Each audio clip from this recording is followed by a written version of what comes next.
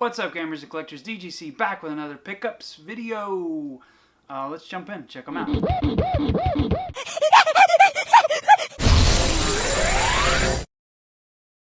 Alrighty guys, real quick, talk about some digital stuff, then we'll jump into the physical stuff here. I've been playing the hell out of Final Fantasy 16. I think I've already mentioned that I bought that. Current thing I'm kind of playing and beating after I beat this first one we're going to talk about. And then I also got VR Skater for the PlayStation VR 2. Pretty good. Gonna probably be reviewing that here shortly. Give my opinions on that. It's definitely a very unique game, and it's oddly enough could be like one of those weird like system seller cheapish games, just because it's such a unique experience that like I wasn't expecting the game to actually be fun, if that makes any sense. Like, it just seems weird to do this with your hands to skateboard, but like it actually, once you play it kind of like makes sense in a weird way. So definitely look out for that shortly here. So prior to jumping back into Final Fantasy 16, I've been playing the hell out of Pikmin 4. I'll try to keep my thoughts quick and concise. I love Pikmin. It's one of the few games that I 100%. I've already 100%ed this game. I enjoyed the shit out of it. There's 6 worlds, 4 of them for the main campaign. Then you get to the final cutscene. Then there's not really the final cutscene. Then there's 2 more levels. And then there's the actual final cutscene. I'll leave it at that. The game is very... there's a lot of enhancements that have been added since 1, 2, and 3. But then also still very similar to 1, 2, and 3. But then also kind of different in the sense of traversing. You got Ochi, the little dog guy. He can jump and stuff, which obviously you couldn't jump before. There's certain platforms and areas that you have to jump to get to. He becomes very intuitive after a while. Like, going back to Pikmin 1, 2, and 3 would be kind of weird, at least like so quickly after playing this, it would be kind of weird to go back and play those without Ochi. So I would say that he's kind of an integral part of the story now, and then obviously he'll be in Pikmin 5, because it wouldn't make any sense for him not to be. What I foresee happening with Pikmin 5 is, and if you watch the last cutscene, there's definitely going to be a Pikmin 5. And I guess it really kind of depends on how good or how well this sells. It'll definitely sell good, but is it going to sell well, like well into the 2, 3, 4 million range? I think it might.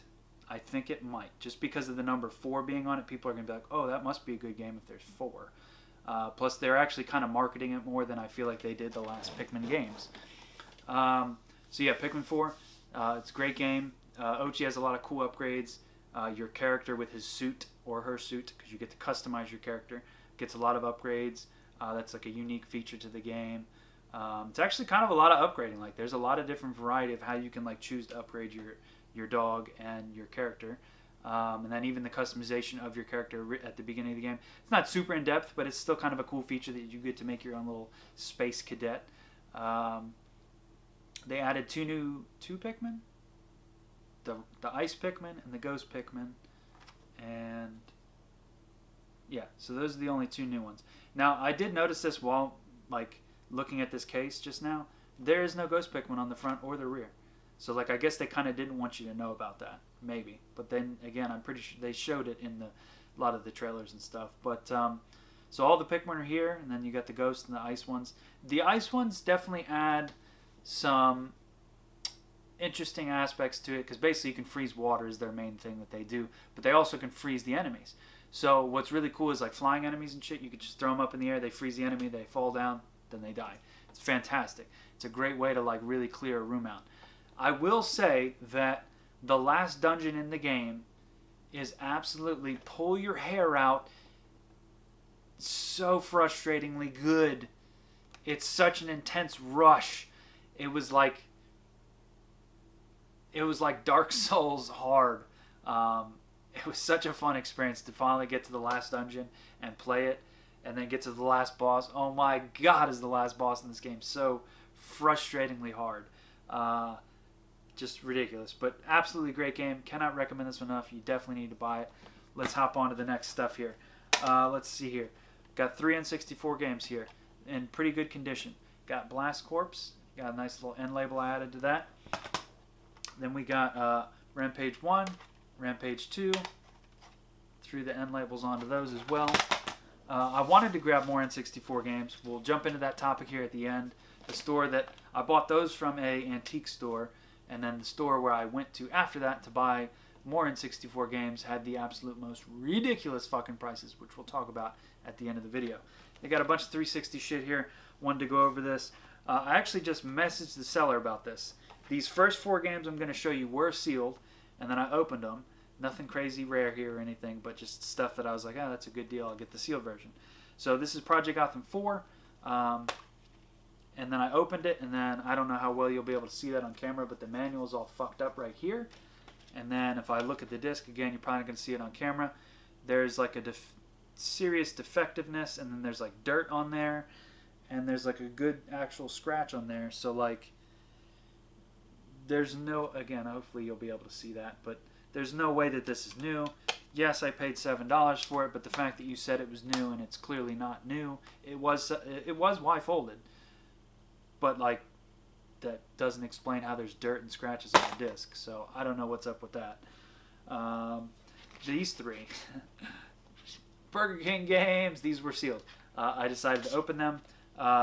We got Pocket Bike Racer, Big Bumpin', and Sneak King, all exclusive to the 360, as is that. Obviously, you know why I'm buying these exclusive games, to continue the list of exclusive stuff on 360. I had Project Gotham as a kid, loved it, played the shit out of that. Again, Crackdown here, Crackdown 1 and Crackdown 2. These are both enhanced for the, well actually this definitely is, I don't know about this, but I'm pretty sure it is, for the 1X, the Series X, and I guess the 1S probably has some enhancements, or at least 1080p enhancement. Oh, yeah, no, I guess it probably has graphical enhancements, but not resolution enhancements. But yeah, so we got these as well. And then the last one here, I always save the best game for last. Burnout Revenge for the 360. This is the definitive version of this game because it's in, is it 1080p? 720p. But either way, still looks the best out of all the versions. I do have the OG Xbox version as well down here somewhere. But that's the best version. I actually played the absolute shit out of that just the other day when I got the surround sound and the subwoofer. I cranked that bitch up, playing some Burnout all afternoon one day. It was a blast. Played for like 5 hours straight. It was phenomenal.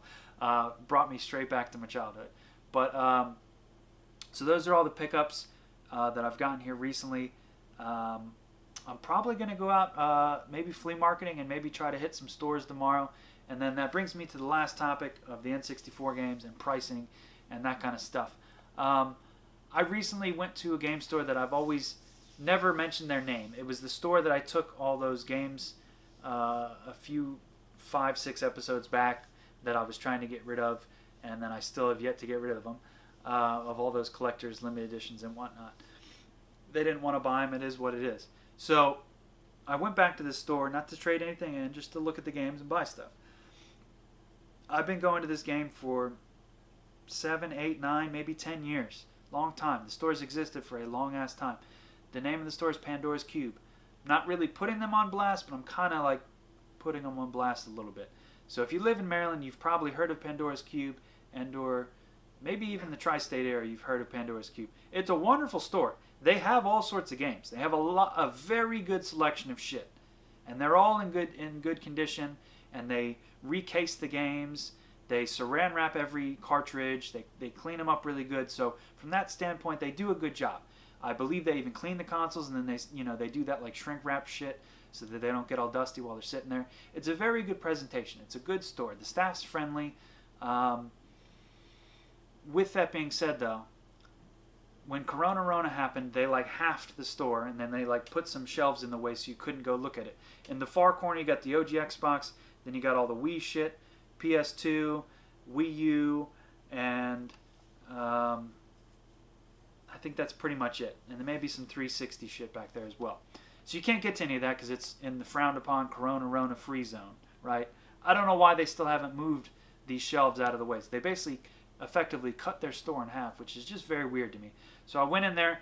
I've been kind of looking for some James Bond OG Xbox games. I want to like get the rest of the games that I don't have James Bond wise for the OG Xbox. So there's the Sean Connery one, which is, I forget what it's called. Then they have the Rogue Agent one, and then the one, was it the Daniel Craig? No, that was 360. Maybe it was Pierce Bronson. I don't know. There's still a few more James Bond games that I don't have for the Xbox that I want to get. and I've been looking for them. They're not expensive games. They're not rare by any means, but I just want to get them because I always loved James Bond games, especially the EA ones. That was the time when EA didn't make shitty games. And so been looking for those. So I'm sitting there pointing at these games. I'm like, let me get that one. Let me get that one. Oh, that one. And it's just like, why the fuck won't you just let me go walk back there and look at these fucking games? I'm not talking like a little selection of games. I'm talking like 700 original Xbox games all cased up, ready to go. 700 Wii games all cased up and ready to go. Like, why would you like not allow access to the customers back there? Whatever, it's your store, that's fine. But so I'm sitting there like, that one, that one, that one. And then I'm just like, you know what? Fuck it. So I was just like, all right, put them back. And then I just keep walking around the store, right? So I'm sitting, and they have glass cases all down with all the rare, expensive shit. And like retro cartridge, like the more expensive shit. And then all the N64s all the way toward the window, right? So again, I'm kind of looking to get, more N64 games. So I'm sitting there looking at the prices. They're absolutely astonishing. Ocarina of Time. I'm going to give you about 10 seconds to think of a reasonable price for that. And then I'm going to tell you how much it is. $100. All right, Majora's Mask. Think about what price you think is a fair price for a game that sold millions of copies. $130 for just the cartridge. OG Xbox. Composite cable, power cord, controller, black. $200! Jesus fucking Christ. Dreamcast. $200! What the fuck? I mean, alright, I'll give you the Dreamcast. That sold what? 10 or 12 million? It wasn't many. Maybe even 9 million, somewhere in that range. Probably about half of those millions were in America. So, like, let's call it 5 million Dreamcasts in America, give or take. 4 or 5 million. They've been out extinct for 22 years at this point. So, I'll give you that on the Dreamcast. They're a little bit more of a niche, rarer item. But $200? OG Xbox sold 22 million, or maybe, no, it's 24, GameCube's 22. So, OG Xbox, 24 million. Majority of that, let's call it 12 million, maybe even more, was America, right? Because Xbox is predominantly big in America. It was big in Australia, America, and the UK is where Xbox is the biggest. But it is an American brand. This is its home here. $200 for an OG Xbox that there's, let's call it, upwards of 10 to 15 million consoles here. Let's just say 20% of them are like gone and dead by now. Let's call it 9 million consoles still in existence in America. You're charging $200 for this bitch? They're $50 on eBay. $150 markup. What the fuck? 3DSs. I looked it up. They're sold like 76 million 3DSs worldwide, if I'm not mistaken. So again, let's just factor in, let's say 30, 35 million of those were sold in America. These motherfuckers were selling they were just basic ass, the blue 3DS XL for $200? What? That's fucking insane. Just the prices in this place were ridiculous. Donkey Kong 64, it was either 40 or 50 bucks. That's a $20, $25 game on eBay all day. Mario Kart 64, they had that bitch for $90. Again, that's like a $40, $50 game. Like, what the fuck is wrong with these people? All the Mario parties, they had them there for like $90 to $100, if I'm not mistaken. Just absolutely astronomical prices on these games. So the reason I bring this up is I want to know, do your retro game stores in your area charge as much? These are just astronomical prices to me. The gaming landscape has not changed that much to where these prices are justified, in my opinion. Those are just ridiculous prices. Like, I'm kind of going on a little mini rant here, but like, that is just insane prices to me. And I don't mean to call them out, because like, again, they do clean the games. The staff's very friendly. It's not like a gross store. It does kind of stink in there, though. I will say that. It's well lit. It's in like a decent area and all that stuff. But like, the prices on this shit is just ridiculous. It's insane. So I'm curious. I posed the question to you: do your stores in your area charge ridiculous prices that you feel are just unjustifiable? There was just like some GTA 2 for the Dreamcast. I've always kind of wanted that. I don't know why. Just kind of always have. And again, I'm kind of like wanting to go for a complete Dreamcast set. It's one of the next games that like I would want to get. And that next tier price bracket of like, I've gotten all the cheap shit. I've gotten all the sports shit. I've gotten like most of the fighting games. So now I'm kind of going up into that like mid-tier range of like Dreamcast games. They wanted, I think it was like 60 or 70 bucks for GTA 2 on the Dreamcast, and I'm just like, is that justifiable? I looked it up online. It's roughly about the same price, but I mean, I don't know. It just seems ridiculous to me. And then what was the other game? The other game was Gauntlet Legends. I think they had that shit for like $90. I don't know that that's that. Again, it's a game that I've kind of always wanted for the Dreamcast, because that would be probably the definitive version of that on those generation consoles. And I've just always kind of wanted that. I've always liked Gauntlet. They're just fun pick up and play games.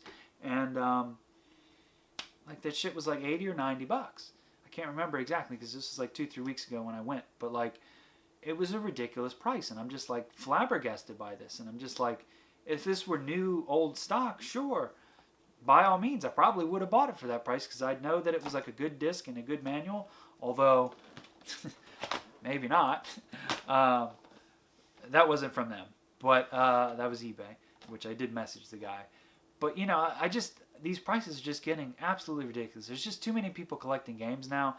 And it's like very, I don't know what the right word for that would be, but it's very like funny that I'm like bringing up, like, as I'm talking to you about retro collecting and how great it is, about talking about how there's too many people doing it. But like, I feel like there's just too many like people collecting games now, and it's just getting to the point where like people are sitting on shit and then like they don't even play it, and then like that's kind of hypocritical for me to say that because I'm just like, let me point to a random ass game here. I don't know, Earth Defense Force 2017. It is exclusive to the 360.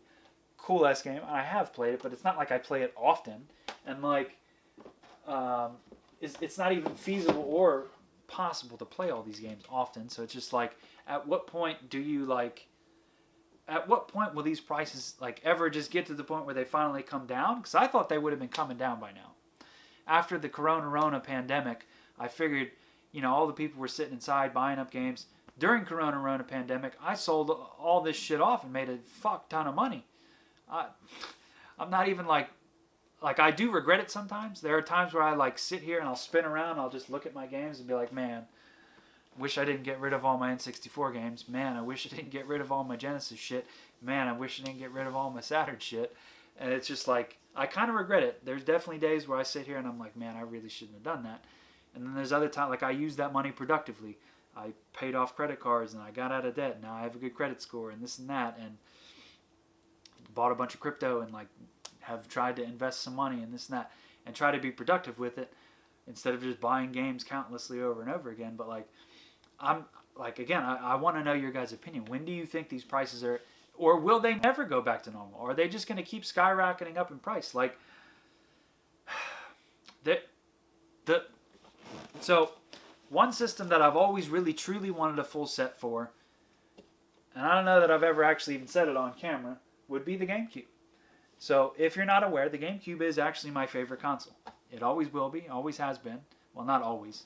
The SNES was my favorite console until I knew the GameCube existed, because that was my first console. My favorite consoles would be GameCube, probably SNES, and then probably Xbox, and then Dreamcast. And then after that, like, probably the Wii U. Yeah, that would probably be, so GameCube, SNES, Xbox, Dreamcast, Wii U. Believe it or not. Even though I don't talk about the Dreamcast often, I really do love the Dreamcast, and I don't even talk about GameCube that often anymore, because if you look back deep into the channel, like, 3, 4, 5 years ago, I had a very nice GameCube collection. I had all of the great games, and I paid very reasonable prices for them. Everything that I still have is like my childhood shit, and then I sold off your Fire Emblems, your Eternal Darknesses, Metal Gears, and that kind of shit. And again, I do regret selling those because now they're just astronomical prices. Like I was looking at F-Zero at this place, and then Phantasy Star non-plus version for the GameCube.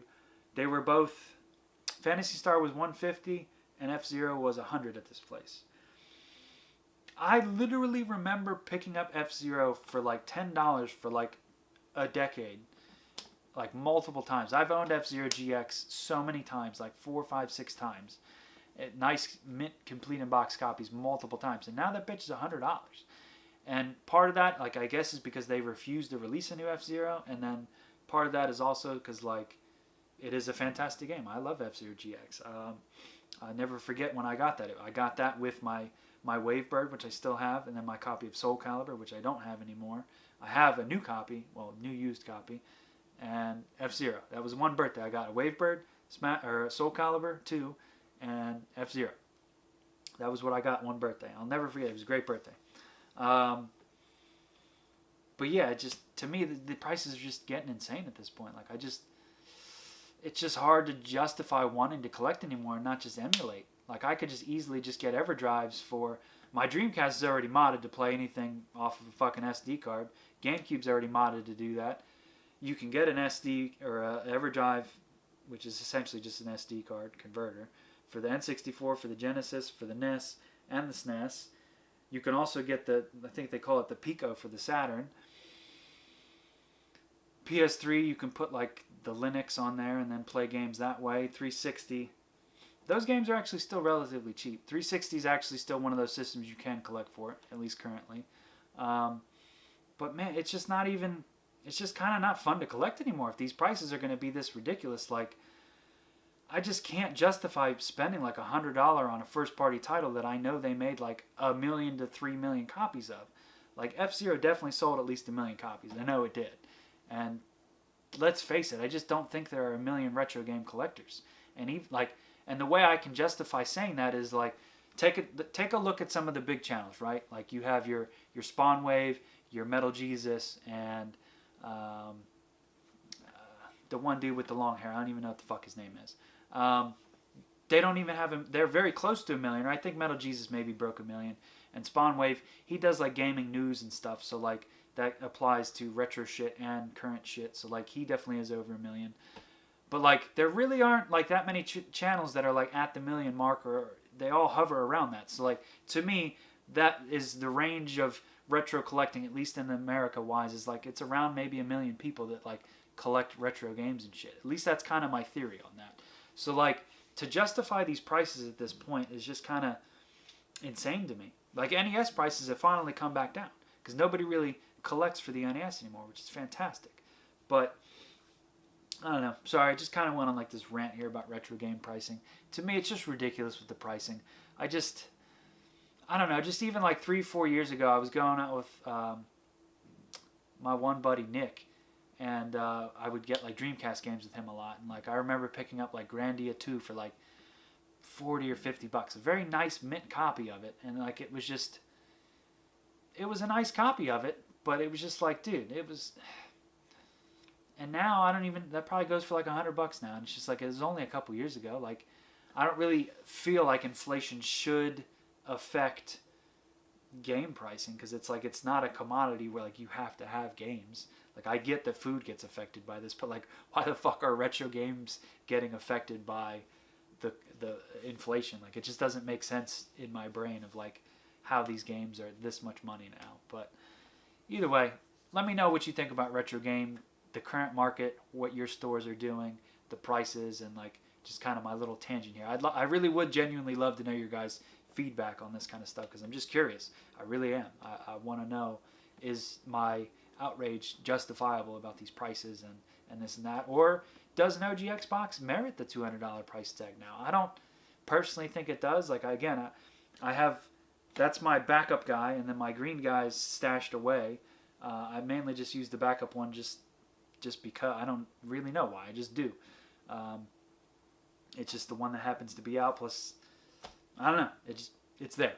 So that, and then I have a backup Wii U, and then I have a backup Dreamcast.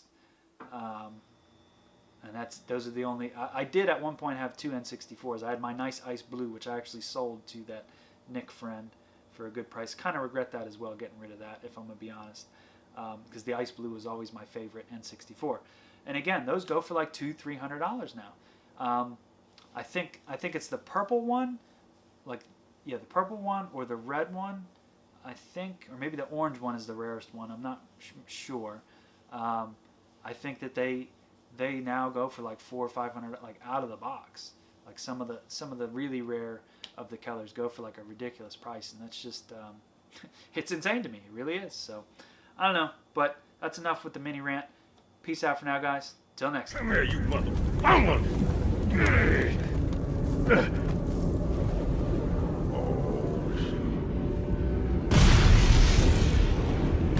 baby.